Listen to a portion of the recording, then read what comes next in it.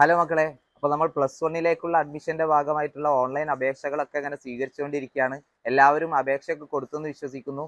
ഇനി ആരെങ്കിലും കൊടുക്കാൻ ബാക്കിയുണ്ടെങ്കിൽ നമ്മുടെ ലാസ്റ്റ് ഡേറ്റിലേക്ക് വെക്കാതെ, ലാസ്റ്റ് ഡേറ്റ് എന്ന് പറയുമ്പോൾ 25-ാം തീയതിയാണ്. 25-ാം തീയതിക്ക് വെക്കാതെ, 24-ാം തീയതിക്കൊന്നും വെക്കാതെ 23-ാം തീയതിക്കകം എന്ത് ചെയ്യുക, എല്ലാവരും അപേക്ഷ സമർപ്പിക്കുക. കാരണം അവസാന നിമിഷങ്ങളിൽ സെർവർ ഡൗൺ ആവാനും സൈറ്റ് ബിസി ആവാനൊക്കെ സാധ്യതയുണ്ട്. പിന്നെ മാത്രമല്ല, നമ്മൾ സ്വന്തമായിട്ടാണെങ്കിലും അല്ലെങ്കിൽ അക്ഷയ സെന്ററിലോ അല്ലെങ്കിൽ ഓൺലൈൻ ജനസേവന കേന്ദ്രങ്ങളിലൊക്കെ പോയിട്ട് ചെയ്യുന്നവരൊക്കെ ഉണ്ടാവും അല്ലേ.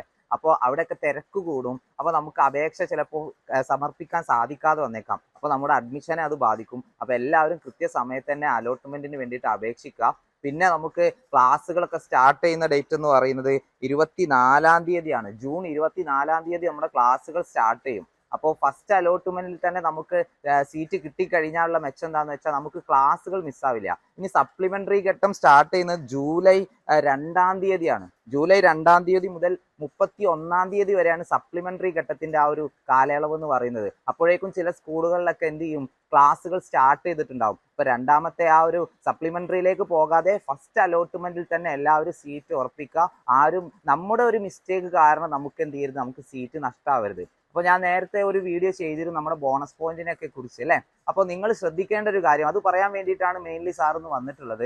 നിങ്ങൾ ശ്രദ്ധിക്കേണ്ട ഒരു കാര്യം, നിങ്ങൾക്ക് എന്തെല്ലാം ക്ലബ്ബുകളുടെ സർട്ടിഫിക്കറ്റ് ഉണ്ടോ അല്ലെങ്കിൽ എന്തെല്ലാം ക്വാളിഫിക്കേഷൻ സർട്ടിഫിക്കറ്റ് ഉണ്ടോ അതെല്ലാം നിങ്ങൾ കൃത്യമായിട്ട് തന്നെ നമ്മുടെ അപേക്ഷയിൽ രേഖപ്പെടുത്തിയിട്ടുണ്ടാവണം. ഓക്കെ, നമുക്ക് ടൈ ബ്രേക്കറിനൊക്കെ നമ്മളെ ഹെൽപ്പ് ചെയ്യുന്ന നമ്മുടെ ക്ലബ്ബുകളുടെ സർട്ടിഫിക്കറ്റുകളാണ്. അപ്പോൾ നിങ്ങളുടെ കയ്യിൽ ഉണ്ടെങ്കിൽ മാത്രമേ നിങ്ങൾ എന്ത് ചെയ്യാൻ പാടുള്ളൂ, അത് ടിക്ക് ചെയ്യാൻ പാടുള്ളൂ. ഓക്കെ, അഡ്മിഷൻ സമയത്ത് നമുക്ക് അഡ്മിഷൻ കിട്ടിയെന്ന് വിചാരിക്കുക, ഈ ഒരു ടൈ ബ്രേക്കറിന്റെ ആ സർട്ടിഫിക്കറ്റ് ഒക്കെ വെച്ചിട്ട് നമുക്ക് അഡ്മിഷൻ കിട്ടി, അലോട്ട്മെന്റ് കിട്ടി.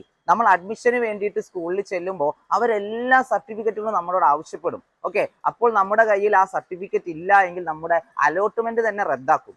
ഓക്കെ, അപ്പൊ പിന്നീട് നമുക്ക് അഡ്മിഷൻ നേടാന്ന് പറഞ്ഞാൽ ഭയങ്കര പ്രയാസമായി മാറും. അപ്പൊ നിങ്ങളുടെ കയ്യിൽ കൃത്യമായ സർട്ടിഫിക്കറ്റുകൾ ഉണ്ടെങ്കിൽ, ആർട്സിലോ സ്പോർട്സിലോ അങ്ങനെ എന്ത് തന്നെ ആവട്ടെ, എല്ലാ സർട്ടിഫിക്കറ്റും നിങ്ങളുടെ കയ്യിൽ ഉണ്ടെങ്കിൽ മാത്രമേ നിങ്ങൾ എന്ത് ചെയ്യാൻ പാടുള്ളൂ, നമ്മുടെ അപേക്ഷയുടെ സമയത്ത് അത് ടിക്ക് ഇടാൻ വേണ്ടി പാടുള്ളൂ. പിന്നെ ചില മക്കൾ ചെയ്യുന്ന ഒരു കാര്യമാണ് എന്ത്, ഈ സർട്ടിഫിക്കറ്റുകളൊക്കെ ഉണ്ടെങ്കിലും, ഈ ക്ലബ്ബുകളുടെ സർട്ടിഫിക്കറ്റുകൾ ഉണ്ടെങ്കിലും പലരും എന്ത് ചെയ്യില്ല, അതൊന്നും ടിക്കിടില്ല. അതൊക്കെ കൊടുത്തിട്ട് എന്താ, അതുകൊണ്ട് വല്ല പ്രയോജനം ഉണ്ടാവോ എന്നൊക്കെ കരുതി തെറ്റിദ്ധാരണ മൂലം അല്ലെ, ഒരു കാരണവശാലും നിങ്ങളുടെ കയ്യിൽ സർട്ടിഫിക്കറ്റ് ഉണ്ട്, നിങ്ങൾക്ക് ക്വാളിഫിക്കേഷൻ ഉണ്ട് എങ്കിൽ നിങ്ങൾ അത് ചെയ്യാതിരിക്കരുത്.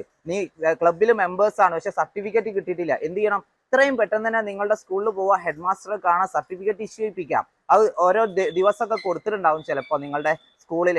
ഓരോ സ്കൂളിലും വ്യത്യസ്ത ഡേറ്റ് ആയിരിക്കും, ഇന്ന ദിവസം വന്നാൽ സർട്ടിഫിക്കറ്റ് കിട്ടുമെന്നൊക്കെ പറയും. അപ്പൊ നമ്മൾ കൃത്യമായിട്ട് എന്ത് ചെയ്യണം, ഓരോ അപ്ഡേറ്റ്സ് നമ്മുടെ സ്കൂളിലെ നമ്മുടെ ക്ലാസ് ടീച്ചറുമായിട്ടോ അല്ലെങ്കിൽ ഹെഡ് മാസ്റ്ററുമായിട്ടൊക്കെ ബന്ധപ്പെട്ട് എന്ത് ചെയ്യണം, നിങ്ങൾ ഈ കാര്യങ്ങൾ ഫോളോ അപ്പ് ചെയ്യണം. നമ്മളുടെ മിസ്റ്റേക്ക് കാരണം എന്ത് ചെയ്യരുത്, നമുക്കൊരു ഒരു പിഴവ് സംഭവിക്കരുത്, അല്ലെങ്കിൽ നമ്മുടെ അഡ്മിഷൻ ഇല്ലാതാവരുത്. ഓക്കെ, അപ്പൊ എല്ലാവരും എന്ത് ചെയ്യാം, അവസാന ദിവസത്തിന് മുമ്പായിട്ട് അഡ്മിഷൻ അപേക്ഷ കൊടുക്കാം. പിന്നെ എല്ലാവർക്കും ഇഷ്ടപ്പെട്ട, ഞാൻ സാധാരണ പറയുന്ന പോലെ തന്നെ എല്ലാവർക്കും നമ്മുടെ കൂട്ടുകാരോടൊപ്പം ഇഷ്ടപ്പെട്ട സ്കൂളിൽ ഇഷ്ടപ്പെട്ട വിഷയം പഠിക്കാനുള്ള ഭാഗ്യം ഉണ്ടാവട്ടെ. All the best.